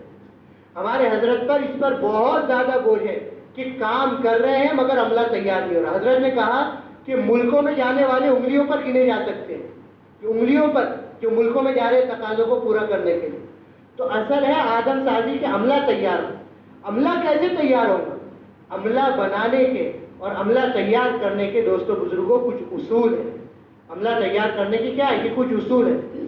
عملہ کس کے ہاتھ پر اللہ تیار کرتے ہیں؟ اللہ پاک عملہ قربانی والوں کے ہاتھوں پر تیار کرتے ہیں۔ مولوی صاحب رحمۃ اللہ علیہ کے ہاتھوں پر اللہ نے ایک عملہ تیار کیا۔ کیسے عملہ تیار ہوا کہ پوری زندگی لگا دی، اور ایسی لگائی جب انتقال ہوا اور جنازہ بوڑھی ماں کے سامنے لا کر رکھا گیا تو ان کی والدہ نے اپنے بیٹے کے جنازے کو دیکھ کر کہا میرے بیٹے یوسف تو نے اللہ کے دین کے لیے اپنے آپ کو اتنا جھونکا اور اتنا لگایا اور اتنا تھکایا اور اتنا کھپایا کہ میں نے زندگی میں کبھی تجھے سکون کی نیند سوتا ہوا نہیں دیکھا۔ آج تیرے جنازے پر میں تجھے سکون کی نیند سوتا ہوا دیکھ رہی ہوں۔ اور جب حضرت کا جنازہ اٹھایا گیا تو کہا بیٹا یوسف جا اپنی قبر میں جا کر آرام کر، تو نے اللہ کے دین کے خاطر اپنے آپ کو بہت تھکا دیا۔ سمجھ میں آ رہی دوستوں؟ جاگنا ہے جاگ لے افلاک کے سائے تلے، سوتا رہے گا پھر حشر تک خاک کے سائے تلے۔ آج بھی عمر صاحب پالن پور رحمۃ اللہ علیہ کی قبر پر یہ شعر لکھا ہوا۔ عملہ اللہ پاک قربانی والوں کے ہاتھوں پر تیار کرتے ہیں۔ کس کے ہاتھوں پر؟ قربانی والوں۔ مولانا عبداللہ صاحب میواتی، میاں جی عبداللہ نظام الدین بنگلے والی مرکز مسجد میں مقیمین میں سے تھے۔ حضرت جی سے اجازت مانگ مولیات صاحب سے کہ حضرت کھیتی کی کٹائی کا وقت ہے۔ کائے کا وقت ہے؟ کھیتی کی کٹائی کا وقت ہے، آپ مجھے اجازت دے دیجیے 3 دن کے لیے جانے کے لیے۔ حضرت نے 3 دن کی اجازت دے دی، چلے گئے۔ پتہ لگا کہ مولوی صاحب تو مرکز میں تقاضوں پر رہتے ہیں، گاؤں والوں نے پوری کٹائی کر کے رکھ دی تھی۔ تو یہ بھی ایک اصول کہ جو لوگ اللہ کے راستے میں نکلے ان کے گھر کی خبر گیری کرنا، ان کے یہاں کوئی بیمار ہوئے تو عیادت کرنا، ان کے کاموں میں ہاتھ بٹا دینا۔ حدیث پاک میں آتا ہے جو شخص اللہ کے راستے میں نکلنے والے کی تیاری کر دے اللہ پاک اس کو نکلنے والے کے برابر ثواب عطا کر دے۔ تو کٹائی ہو گئی، تو اب کیا کیا کہ 3 دن رک گیا تھا وہ آرام کرنے کے لیے؟ نہیں، 24 گھنٹے میں واپس آ گئے۔ واپس آئے تو مرکز میں مشورہ چل رہا تھا، پیچھے آ کر بیٹھ گئے۔ کہاں کے بیٹھ گئے؟ پیچھے آ کر بیٹھ گئے۔ تو کچھ رائے دینے لگے، مشورے میں کوئی امر آیا تو مولیات صاحب رحمۃ اللہ علیہ نے کہا میاں جی عبداللہ تھوڑا سا صبر کر لو، آپ 24 گھنٹے پیچھے ہو گئے، کام 24 گھنٹے آگے بڑھ گئے۔ کام کتنے گھنٹے آگے بڑھ گئے؟ کہ 24 گھنٹے آگے بڑھ گئے۔ مفتی زین العابدین رحمۃ اللہ علیہ نے اپنی کارگزاری سنائی کہ میں بنگلے والی مسجد مرکز میں تھا، حضرت سے اجازت مانگی کہ حضرت مجھے گھر جانے کی اجازت دیجیے۔ حضرت نے کہا چلے جاؤ۔ کہا ابھی بس اسٹینڈ پہنچا تھا کہ حضرت کا قاصد آیا کہ حضرت بلا رہے، واپس آ گیا۔ پھر کچھ دنوں کے بعد اجازت مانگی، حضرت نے اجازت دے دی۔ کہا ابھی ٹانگے پر اپنے سامان کو رکھ لیا اور سوار ہونے والا تھا کہ حضرت کا قاصد آیا کہ حضرت بلا رہے واپس، تو پھر واپس آ گیا۔ تیسری مرتبہ پھر اجازت مانگی، حضرت نے پھر اجازت دے دی۔ کہا اب ٹانگے پر سامان بھی رکھ لیا، ایک پیر سواری پر تھا دوسرا پیر نیچے تھا، حضرت کا قاصد آ گیا کہ حضرت بلا رہے، اب پھر واپس آیا۔ حضرت نے کہا مفتی صاحب اب آپ کو اختیار ہے، چاہے تو چلے جاؤ چاہے تو رک جاؤ۔ مفتی صاحب کہتے وہ دن میرا تبلیغ کا پہلا دن تھا، وہ دن میرا تبلیغ کا پہلا دن تھا۔ حافظ مقبول صاحب رحمۃ اللہ علیہ، مولیات صاحب رحمۃ اللہ علیہ کے ساتھیوں میں سے تھے، آئے بنگلے والی مسجد مرکز میں۔ حضرت نے دیکھا آؤ حافظ صاحب ایک جماعت تیار ہے، یہ جماعت آپ کو اللہ کے راستے میں لے کر جانا ہے۔ تو حافظ صاحب نے کہا حضرت دین کے تو ہر تقاضے مقدم اور آپ کا یہ تقاضا بھی مقدم، لیکن میرا بھی ایک چھوٹا سا تقاضا ہے کہ گھر میں جوان بیٹی کا انتقال ہو گیا ہے اور اس کا جنازہ تیار ہے، آپ اس کا جنازہ پڑھانے کسی کو بھیج دیجئے، میں یہ جماعت لے کر اللہ کے راستے میں نکل جاتا ہوں۔ قربانی والوں کے ہاتھوں پر خدا عملہ کو تیار کرتے ہیں۔ کس کو تیار کرتے ہیں؟ عملے کو تیار کرتے ہیں۔ مولوی صاحب رحمۃ اللہ علیہ فرمایا کرتے تھے کہ کام کی ترقی اس بات میں نہیں ہے کہ نیا عملہ آگے آتے جائے اور پرانے بیٹھتے جائے، بلکہ کام کی ترقی اس بات میں ہے کہ نیا عملہ آتے جائے اور پرانوں کی قربانیوں میں اور ترقی ہوتی ہے۔ حضرت فرماتے تھے کام کرنے والا ایک سطح پہ نہیں رہتا، یا تو اس کی ترقی ہوتی ہے تنزلی ہوتی ہے، اور ترقی تو مقصود ہے نا بھائی، ایک دکان کی 2 دکان، ایک کاروبار کا 2 کاروبار۔ تو حضرت فرماتے تھے کام کرنے والوں کی ترقی، کام کرنے والوں کی ترقی اس بات میں ہے کہ وہ اپنی قربانی کی سطح کو بڑھائیں۔ جب کام کرنے والے قربانی کی سطح کو بڑھائیں گے، ان کی ترقی ہوگی، کام کی ترقی ہوگی اور کام کی سطح بڑھے گی، ان کے علاقے کی سطح بڑھے گی، اور خدا ان کے ہاتھوں پر عملے کو تیار کرے گی۔ کس کو تیار کرے گی؟ عملے کو تیار کرے گی۔ اس لیے میرے دوستو، ہمارے بڑوں کی طرف سے بہت زیادہ تقاضا ہے، خصوصاً ابھی نظام الدین میں حضرت نے کہا ایک تو یہ کہ کام کرنے والے عملے کو تیار کریں، اپنے ساتھ زیادہ سے زیادہ لوگوں کو تیار کریں، اور دوسرا کام کرنے والے اپنی قربانی کی سطح کو بڑھائیں۔ تو قربانی کی سطح کیا ہے؟ کہ قربانی کی سطح بڑھانا یہ ہے کہ سالانہ 6 مہینے پر اور کم سے کم سالانہ 4 مہینے پر کام کرنے والوں کو آنا ہو۔ حضرت فرماتے تھے کہ ہم یہ بالکل نہیں کہتے کہ تم اپنی مصروفیات سے نکل جاؤ، کوئی دکاندار ہے تو دکانداری کو چھوڑ دے، کوئی ملازم ہے تو کاروبار کو چھوڑ دے، تجارت کو چھوڑ دے، نہیں، یہ مقصود نہیں ہے، بلکہ ہم نے اپنا اوڑھنا بچھونا دنیا کو بنا رکھا ہے، ہائے دنیا، ہائے پیسہ، ہائے مال، اس مشغولی کو کم کر کے اللہ کے راستے میں اور دین کی محنت کی اپنی ترتیب بنا۔ تو کیا ترتیب؟ کہ سالانہ 6 مہینے، اور کیا ترتیب؟ کہ سالانہ 4 مہینے آخری درجے میں یہ کام کرنے والوں کے لگتے رہے۔ یہ ترتیب جو ہے، یہ ترتیب بھی ادنا ترتیب ہے۔ کون سی ترتیب ہے؟ ادنا ترتیب ہے، اور یہ ترتیب بنانا آسان ہے، سالانہ 6 مہینے کی اور سالانہ 4 مہینے کی۔ ایسے علاقے جہاں بہت تیزی سے کام پھیل رہا ہے، اللہ کے فضل و کرم سے ایک مسجد اور ایک حلقے سے 50 اور 100 ساتھی ایسے جو سالانہ 6 مہینے پر آتے ہیں۔ ہم لوگ گزشتہ سال نظام الدین میں تھے ترتیب میں 2 مہینے میں، کرغزستان، قزاقستان کے بڑے بڑے علماء، کوئی اپنے مدرسے کا ناظم، کوئی شیخ الحدیث، انہوں نے اپنی ترتیب بنا رکھی ہے کہ وہ 8 مہینے 10 مہینے ہو گئے تھے حالات کی وجہ سے۔ ہم نے ان سے کہا کہ آپ پر بڑا بار گزر رہا ہوگا، انہوں نے کہا کوئی مسئلہ نہیں، ہم اپنے ملک میں سالانہ 8 مہینہ لگاتے ہیں اور 2 مہینہ اس میں پھر نظام الدین دیتے ہیں۔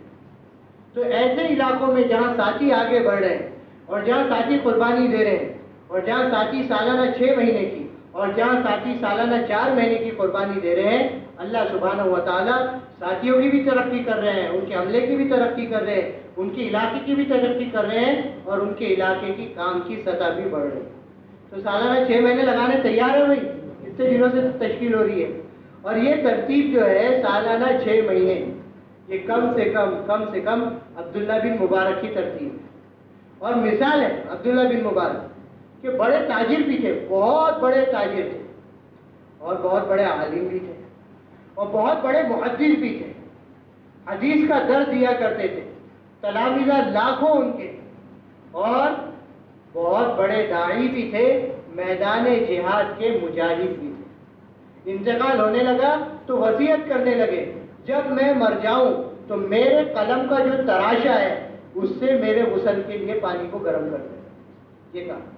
اور اللہ کے راستے میں اتنا پھرا ہوں کہ اللہ کے راستے کا جو گرد و غبار ہے اس کی میں نے ایک اینٹ بنا لی ہے، وہ اینٹ میری قبر پر لا کر رکھ دیں۔ یہ عبداللہ بن مبارک 6 مہینے حدیث کا درس دیا کرتے تھے، 6 مہینے میدان جہاد میں اللہ کے راستے میں رہا کرتے تھے۔ کون بھائی؟ عبداللہ بن مبارک۔ اور ان کا وہ قصیدہ جو انہوں نے میدان جہاد سے فضیل بن عیاض کو لکھا تھا، تو فضیل بن عیاض کی پہلے کی زندگی کچھ اور، بعد کی زندگی کچھ اور۔ تو فضیل بن عیاض بیت اللہ شریف میں رہتے تھے۔ اب بیت اللہ میں ایک نماز کا ثواب کتنا ہے بھائی؟ ارے کتنا ہے؟ 1 لاکھ کے برابر۔ پتہ نہیں امت سے کون سے ایسے اجتماعی گناہ ہوئے ہیں، اللہ ہم سب کو معاف فرمائے کہ اللہ نے وہاں کی حاضری سے ہی محروم کر دیا۔ ہمارے حضرت جی بار بار کہتے رہتے ہیں کہ میں تو سوچتا رہتا ہوں کہ ہم سے پتہ نہیں جلوتوں میں، خلوتوں میں، تنہائیوں میں، اللہ معاف فرمائے، اللہ معاف فرمائے، کون سے ایسے گناہ ہوئے کہ اللہ پاک نے ہمیں بڑی بڑی خیر سے محروم کر دیا کہ در کعبہ پر جانا، طواف کعبہ کرنا، ملتزم سے چمٹنا، یہ تو عام سے عام مسلمان کی تمنا ہوتی ہے۔ اور پھر وہاں جانے کے بعد وہاں کا جو نورانی منظر اور وہاں کی جو کیفیت، وہ تو جو جاتا ہے اسے محسوس ہوتا ہے۔ ہمارے پڑوس کے مفتی صاحب، مفتی تقی عثمانی صاحب حرمین شریفین گئے اور اپنے دل کی کیفیت کو لکھا کہ حرم کی مقدس فضاؤں میں گم ہوں، میں جنت کی ٹھنڈی ہواؤں میں گم ہوں۔ کہ فضیل بن عیاض حرمین شریفین میں اور عبداللہ بن مبارک میدان جہاد میں، اور وہاں سے قصیدہ لکھ رہے ہیں، یا عابد الحرمین لو ابصرتنا لعلمت انک فی العبادۃ تلعب۔ اے حرم میں رہنے والے، اے حرم میں عبادت کرنے والے، اگر تو ہم راہ خدا کے مجاہدین کو دیکھ لیتا تو تجھ پر یہ بات عیاں اور واضح ہو جاتی، تو اپنی عبادت میں تنہا ہے اور تو اپنی عبادت کے ساتھ کھیل اور مذاق کر رہا ہے۔ ہم تو میدان جہاد میں ہیں، ہم تو ہزاروں لوگوں کو ایسے تیار کر رہے ہیں جو حرمین شریفین جائے، جو کعبۃ اللہ کا طواف کرے۔ ہمارے دن کیسے ہیں، ہماری راتیں کیسی ہیں؟ اگر حرمین شریفین میں رہتے ہوئے تمہارے رخسار تمہارے آنسو سے تر ہوتے ہیں تو ہم راہ خدا کے مجاہدین ہیں، ہم اپنے سینوں پر اور ہم اپنے گردنوں پر اور ہم اپنے گلوں پر تلوار کے واروں کو اور تیر کو جو ہے جھیل لیتے ہیں، جس کی وجہ سے ہماری گردنیں لہو لہان ہو جاتی ہیں۔ اگر ریح العبیر لکم ونحن عبیرنا راج السنابک والغبار لکم، مشک و زعفران اور جتنی قسم کی خوشبوئیں تم بیت اللہ میں رہتے ہوئے صرف عبادت کے ساتھ لگا رہے ہو تو تمہیں مبارک ہو، ہم تو راہ خدا کے مجاہدین ہیں۔ نبی رحمت صلی اللہ علیہ وسلم نے خبر دی ہے کہ اللہ کے راستے کا گرد و غبار جنت کی خوشبوؤں میں سے خوشبو ہے، ہم تو اس کا لطف محسوس کریں۔ اور لوگوں کے گھوڑے، اس وقت تو کاریں تھی نہیں، سواریاں تھی نہیں، کہ لوگوں کے گھوڑے اگر زمینوں کے ٹکڑوں کے لیے اور دنیا کے نفع حاصل کرنے کے لیے تھکتے ہیں تو ہم راہ خدا کے مجاہدین ہیں، ہمارے گھوڑے میدان جہاد میں اللہ کے کلمے کو بلند کرنے کے لیے تھکتے ہیں۔ یہ سارا قصیدہ جن مجاہدین کے گھوڑوں کی اللہ پاک نے قرآن مجید میں قسمیں اٹھائی ہیں، وَالْعَادِيَاتِ ضَبْحًا فَالْمُورِيَاتِ قَدْحًا فَالْمُغِيرَاتِ صُبْحًا فَأَثَرْنَ بِهِ نَقْعًا فَوَسَطْنَ بِهِ جَمْعًا۔ قسم ہے ان مجاہدین کے گھوڑوں کی جو اتنا تیز دوڑتے ہیں میدان جہاد کی طرف کہ دوڑتے دوڑتے ہانپنے لگتے ہیں، اور وہ گھوڑے مجاہدین کے جو اتنا تیز دوڑتے ہیں کہ اگر ان کی ٹانپیں کسی پتھر سے ٹکراتی ہے تو اس سے وہ چنگاریاں نکالتے ہیں، صبح کے وقت میں دشمن پہ جا کر یلغار کرتے ہیں، اور رات میں جو شبنم برستی ہے نا تو اس کی وجہ سے صبح جو ہے گرد و غبار جمع ہوا ہوتا ہے، جلدی اٹھتا نہیں ہے، لیکن وہ اتنا تیز مجاہدین کے گھوڑے صبح کے وقت میں دوڑتے ہیں کہ صبح صبح گرد و غبار اڑا دیتے ہیں، جن گرد و غبار کو شبنم میں جمع رکھا ہے، اور پھر اپنی جان کی پرواہ کیے بغیر دشمنوں کی صفوں میں گھس جاتے ہیں۔ ان الانسان لربہ لکنود، یہ انسان اپنے رب کا کتنا بڑا نافرمان۔ یہ گھوڑا کس کے لیے کر رہا ہے بھائی؟ یہ سب یہ کس کے لیے کر رہا ہے؟ اپنے مالک کے لیے جو اس کا حقیقی مالک نہیں ہے۔ فرمایا انسان جو کہ اللہ سبحانہ و تعالیٰ اس کا حقیقی مالک ہے، یہ اس کا کتنا بڑا نافرمان اور اس کے ساتھ کتنی غفلت کے ساتھ یہ زندگی گزارتا ہے۔ تو میرے دوستو بزرگوں، سالانہ 6 مہینے اور سالانہ 4 مہینے پر ہمیں آنا ہوگا، اور میرے دوستو اللہ کا فضل، اللہ کا فضل، اور ہم تو سمجھتے ہیں ناگپور والوں پر اللہ کی بڑی نعمت اور اللہ کا بڑا انعام۔ اس انعام کی قدردانی میں تو کہتا ہوں آج رات میں 2 رکعت شکرانہ بھی پڑھ لو۔ ارے پڑھیں گے انشاءاللہ کہ اللہ سبحانہ و تعالیٰ نے ہمیں سعادت مندی کا موقع دیا کہ برار میں جو جماعت کام کر رہی تھی ہمارے حضرت جی کے صاحبزادے مفتی الیاس صاحب کی، اور خاندان الیاس میں سے 6ٹھی نسل، ایک وہ مولوی الیاس ہے کہ یہ مولوی الیاس، اللہ کے فضل و کرم سے ان کی جماعت ناگپور کے لیے طے ہو گئی ہے 3 دن کے لیے، اور بہت اعتماد کر کے حضرت جی نے طے کیا۔ تقاضا مہاراشٹر کا بھی تھا، حافظ منظور صاحب نے رکھے تھے، حیدرآباد والوں نے رکھے تھے، مگر جو ہے ناگپور کے تقاضے کو ترجیح دی گئی اور یہاں پر 3 دن کے لیے جماعت طے کر دی. تو کیوں بھائی کہو الحمدللہ. لیکن یہ کہ الحمدللہ کہنے سے کام نہیں چل جائے گا. کیا کرنا ہوگا کہ نعمت کی قدردانی کرنی ہوگی. تو اب قدردانی کے اسباب جو ہے اس اسباب کو پیدا کرنے ہوں گے اور باقی رکھنے ہوں گے. اس میں انہوں نے ہی ہمیں ایک نشانہ دے دیا، ایک ٹارگٹ دے دیا، ایک ہدف دے دیا. 29، 30، 31 یہ 3 دن ہمارے پاس ہے. 29 کو جماعت آ جائے گی اتوار کے دن. آپ کے یہاں شب گزاری کے اجتماع میں بھی آئیں گے انشاءاللہ وہ حضرات، یہاں بیان بھی ہوگا ان کا. تو ہر گھر سے ایک فرد لکھ لو چاہے تو آپ حضرات اس میں، ہر مسجد والے اس کو لکھیں. ارے لکھو نا بھائی، دیکھ کے آ رہے ہیں مجھے، اب آپ کا کام شروع ہو رہا ہے. لکھتے کیوں نہیں جب یہ کرنے کا کام ہے؟ تو نکالو بھائی اپنے ڈائری قلم جو اپنے پاس ہے سب نکالو. ہر گھر سے ایک فرد 4 مہینے کے لیے دینا ہے. ہر گھر سے ایک فرد کیا کے لیے دینا ہے؟ 4 مہینے کے لیے دینا ہے. حسن باغ میں کتنے گھر ہیں مسلمانوں کے؟ اندازہ ہے کچھ؟ کیا مشتاق بھائی؟ حسن باغ میں 3,500. یہ پورے حلقے میں، اور پورے حلقے میں ایک اندازن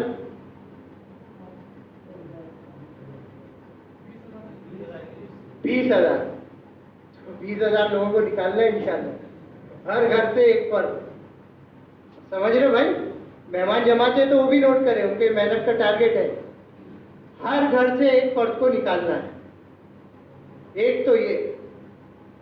دوسرا یہ کہ پورے حسن باغ حلقے سے 5 مہینے کی ایک مردوں کی جماعت دینا. یہ تو بہت ہی چھوٹا تقاضا ہے. ایک مردوں کی 5 مہینے کی بیرون کی جماعت دینا. ٹھیک ہے؟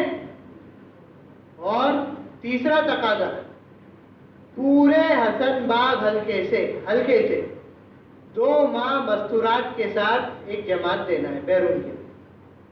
پورے حسن باغ حلقے سے 2 ماہ مستورات کے ساتھ ایک جماعت دینا ہے بیرون کے لیے. پورے حسن باغ حلقے سے. چوتھا تقاضا کتنے؟ 3 ہوئے نا کہ 4 ہوئے؟ 3 ہوئے. بغیر لکھے بول رہے 3 کہ لکھ کے بول رہے 3؟ آپ کی ڈائری میں کتنے لکھے ہوئے؟ 3 نا. چوتھا تقاضا پورے حلقے سے چلے کی 2 جماعت مستورات کے ساتھ دینا. پورے حلقے سے چلے کی 2 جماعت مستورات کے ساتھ دینا. ٹھیک ہے انشاءاللہ. پورے حلقے سے ہر مسجد سے 5 جماعتیں 4 مہینے کی دینا. کتنی مسجد ہے پورے حلقے میں؟ 10 مسجد ہے تو 5 جماعتیں کتنا ہوتا ہے؟ 100. 50. 10 50. 50 جماعتیں پورے حلقے سے دینا. ٹھیک ہے؟ اور ہم یہ نہ سوچیں اب ہوگا کیسے. ایک بار اور سن لو تقاضا. پورے حلقے سے 5 ماہ کی بیرون کی ایک جماعت، پورے حلقے سے 2 ماہ کی مستورات کی ایک جماعت بیرون کی. ایسا کہ 29 تک یہ تیار ہو جائے. انہوں نے کہا ہم قوائی پاکر نظام الدین بھیج دیں گے. پورے حلقے سے چلے کی 2 جماعت مستورات کی، اور ہر گھر سے ایک فرد 4 مہینے کا، اور پورے حلقے کی ہر مسجد سے 5 جماعتیں 4 مہینے کی. پورے حلقے سے 50 جماعت. ٹھیک ہے. اب یہ ہوگا کیسے؟ مسئلہ یہ بھی ہے نا کہ ہوگا کیسے، اتنا بڑا کام کرے گا کون؟ ہمارے یہاں مظاہر میں، جامعہ مظاہر سہارنپور میں، وہاں الیاس صاحب رحمۃ اللہ علیہ پڑھا کرتے تھے. ان کی فراغت مظاہر سے، جہاں سے ہماری فراغت. ہمارے اکثر حضرات وہاں سے پڑھے ہوئے مظاہر. تو وہاں الیاس صاحب رحمۃ اللہ علیہ نے جذبات میں ایک اجتماع طے کر لیا سہارنپور میں. اس وقت مدرسے کے ناظم تھے مفتی اسد اللہ صاحب. انہوں نے کہا مولوی الیاس سے تم نے کیا کیا کہ ایک اجتماع طے کر لیا. اب اجتماع میں آئیں گے اتنے لوگ، ان کو کھلائے گا کون، پلائے گا کون، ان کا نظم کون کرے گا؟ اور اس کے لیے لائیں گے اتنا کہاں سے؟ تو الیاس صاحب رحمۃ اللہ علیہ نے کہا کہ الیاس کے پاس ایک چھوٹا سا بکسا ہے پیٹی، وہ پیٹی میں بیچ دوں گا، اور میرے پاس ایک شیروانی ہے، وہ شیروانی میں بیچ دوں گا، اور ضرورت پڑی تو جسم کے کپڑے میں بیچ دوں گا، لیکن اجتماع ہو کر رہے گا اور جماعتیں نکل کر رہیں گی۔ جب یہ جذبات کو دیکھا مفتی اسد اللہ صاحب نے کہ طالب علم کے جذبات، تو کہا الیاس اب تو اجتماع ہوگا اور وہ اجتماع میں کرا کر رہا ہوں۔ تو ہمارا کام کیا ہے؟ ہمارا کام ہے محنت کرنا، اور محنت کیسے کرنا ہے کہ پورے حلقے میں ایک پڑاؤ کی جماعت ہمیں بنانا ہے۔ اب آپ حضرات اپنے حلقے سے ایک مسجد طے کر لیں جس مسجد میں سب کا جمع ہونا آسان ہے، جیسے آپ کا شب گزاری کا اجتماع ہوتا ہے یہاں، یا جو مسجد بھی آپ طے کریں، اس مسجد میں زیادہ سے زیادہ لوگ جتنے ہمارے حلقے کے اعتبار سے ہو سکتے ہیں یہ پڑاؤ ڈالیں۔ اور کب سے ڈالیں بھائی پڑاؤ؟ کب سے ڈالیں؟ آج سے ہی ڈال لیں، نقد پڑاؤ ڈال لیں۔ اور کیا کریں پڑاؤ ڈال کر؟ دن بھر محنت کرے، رات میں اللہ سے دعا ہے، بس ہمارا کام تو اتنا ہی ہے۔ السعی منا والاتمام من اللہ، دن بھر ہمیں کوشش کرنا ہے، رات میں اللہ سے مانگنا ہے۔ ہماری محنت میں ہم کتنے مخلص ہیں اور ہماری محنت میں ہم کتنے سچے ہیں، یہ فیصلہ کریں گی ہماری راتوں کی دعائیں۔ صبح تو 8 گھنٹے گشت کر لیے مگر رات میں تہجد نہیں پڑھ رہے۔ حضور صلی اللہ علیہ وسلم صبح تھکاوٹ کے آثار آپ کے چہرے سے ظاہر ہوئے، صحابہ نے کہا اللہ کے نبی آپ تو بیمار نظر آ رہے ہیں۔ حضور نے کہا مجھے اتنا بخار ہے جتنا تم میں سے 2 مردوں کو بخار ہوتا ہے، اتنے بیمار، اتنے طبیعت خراب۔ فرمایا اسی حالت میں نے رات میں تہجد میں قیام اللیل میں قرآن مجید کی 6 بڑی بڑی صورتیں پڑھی۔ کتنی؟ تو ہماری سچی طلب یہ راتوں کی تہجد اور راتوں کا قیام اللیل ہمارا مسئلہ ہے، ٹھیک ہے انشاءاللہ۔ تو دن بھر کی محنت اور رات کی کیا ہے؟ دعائیں قیام کر کے، اور پھر دن بھر ہمیں مسجد کو آباد کرنا ہے، جس مسجد میں ہمارا قیام ہو۔ ابھی ہمارے یہاں کی کارگزاری نظام الدین میں پیش ہو رہی تھی، تو حضرت جی نے سوال کیا کارگزاری کے بیچ میں کہ بھائی آپ کے یہاں کتنی مسجدیں ایسی ہیں جو 24 گھنٹے آباد ہیں؟ تو بتایا گیا کہ بھائی 24 گھنٹے پر تو ابھی ایک بھی مسجد ایسی آباد نہیں ہے۔ تو حضرت نے کہا کیا وجہ ہے اس کی؟ تو کہا ہمارے عملہ کم ہے۔ تو حضرت نے کہا عملہ تو امت ہے۔ عملہ کون ہے؟ عملہ تو امت ہے۔ بھائی مسجد میں ہم کس کو لائیں گے؟ کیا دیکھتے رہیں گے ایوب بھائی، مجیب بھائی، عمران بھائی، عبداللہ بھائی، عبد الرحمان بھائی، ان کو مسجدوں میں لانا؟ نہیں، بازاروں میں، سڑکوں میں، میلوں میں، ٹھیلوں میں، پان کی ہوٹلوں پر، پان کے ٹھیلوں پر، چائے کی ہوٹلوں پر لوگوں کو مسجد کے فضائل بتلا کر مسجد میں لانا ہے۔ تو اس طرح سے پڑاؤ کی جماعت جو ہے یہ کیا کرے کہ یہ 24 گھنٹے مسجد کو آباد ہے۔ یہ کارگزاری آپ کی نظام الدین جائیں گے انشاءاللہ۔ کارگزاری نظام الدین مشورے میں حضرت کے سامنے پڑھی جائیں گی کہ حسن باغ اور حسن باغ حلقے کی فلاں مسجد ایسی ہے ناگپور کی جو 24 گھنٹے آباد ہے۔ سمجھ رہے بھائی؟ عالمی سطح پر یہ کارگزاری بڑھی۔ تو اب ہمیں اس رخ پر محنت کرنا ہے۔ کیوں بھائی؟ کریں گے انشاءاللہ۔ 5 ماہ بیروت کی جماعت بھی بنائیں گے 29 تاریخ تک، ارے بنائیں گے انشاءاللہ، اور 29 تاریخ تک 2 ماہ مستورات کی بیرون کی بھی بنائیں گے انشاءاللہ، اور 2 چلے کی مستورات کی جماعت بھی بنائیں گے انشاءاللہ، 2 جماعتیں چلے کی، اور 5 جماعتیں ہر مسجد سے، ہر گھر سے 1 نفر 4 مہینے کا، اس ترتیب پر بنائیں گے انشاءاللہ، اور 24 گھنٹے مسجد کو آباد کریں گے انشاءاللہ۔ چلے کی آواز ہی نہیں لگانا ہے 4 مہینے سے، شروع کر دو کام یہ آج سے۔ اور ہمیں دیکھنا نہیں ہے ہوگا کیسے، کرے گا اللہ۔ کون کرے گا؟ اللہ کرے۔ اللہ پاک پتہ نہیں کس کو تیار کر۔ حضور کو نبوت دی گئی، حضور میں اور حضرت عیسیٰ علیہ السلام میں 600 برس کا فاصلہ۔ کتنے برس کا فاصلہ؟ تو 600 سال کا کفر اور 600 سال کی جہالت اور 600 برس کی جہالت اور کفر کی تاریخی، تاریکی ہی تاریکی، چاروں طرف اندھیرا ہی اندھیرا۔ بات مانے گا کون اور بات کو لے گا کون؟ حضور نے حضرت خدیجہ کے سامنے بات پیش کی۔ حضور نے کہا اللہ کے نبی آپ یہ سب مت سوچیے، انت اول من تدعو انا اول من یستجیب، آپ سب سے پہلے مجھے دعوت دیجیے، میں سب سے پہلے آپ کی دعوت کو قبول کروں۔ تو خدا پتہ نہیں کیسے کیسے کو تیار کر، مقلب القلوب تو اللہ سبحانہ و تعالیٰ ہے۔ القلوب بین اصبع الرحمن یصرفها کیف یشاء، حدیث پاک میں کہ سارے انسانوں کے قلوب دل رحمان کی 2 انگلیوں کے درمیان، جب چاہتے ہیں جیسے چاہتے پلٹ دیتے ہیں۔ سمجھ میں آ رہی نا دوستوں بات؟ تو ہمیں ہمت کرنا ہے، ارادہ کرنا ہے۔ اب اس کے لیے تو اس مجمع میں سب سے پہلے مولانا نے تو کل بہت بڑی بات ہم سے کہی، کہا کہ ہماری آمد سے پہلے یعنی 29 تاریخ سے پہلے آپ اپنے ہاں کی 4 مہینے کی جتنی جماعتیں روانہ کر سکتے کر دو۔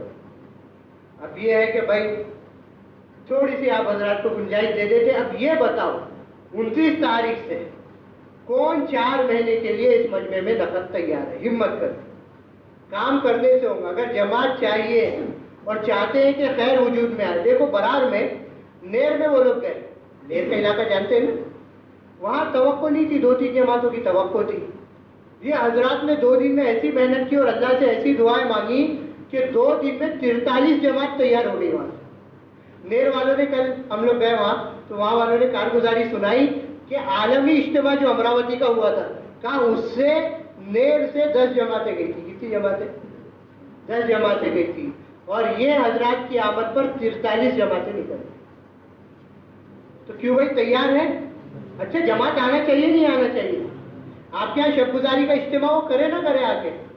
ارے بولو نا بھائی، ارے اپنی طلب تو دکھاؤ کچھ، ارے بولو نا پورا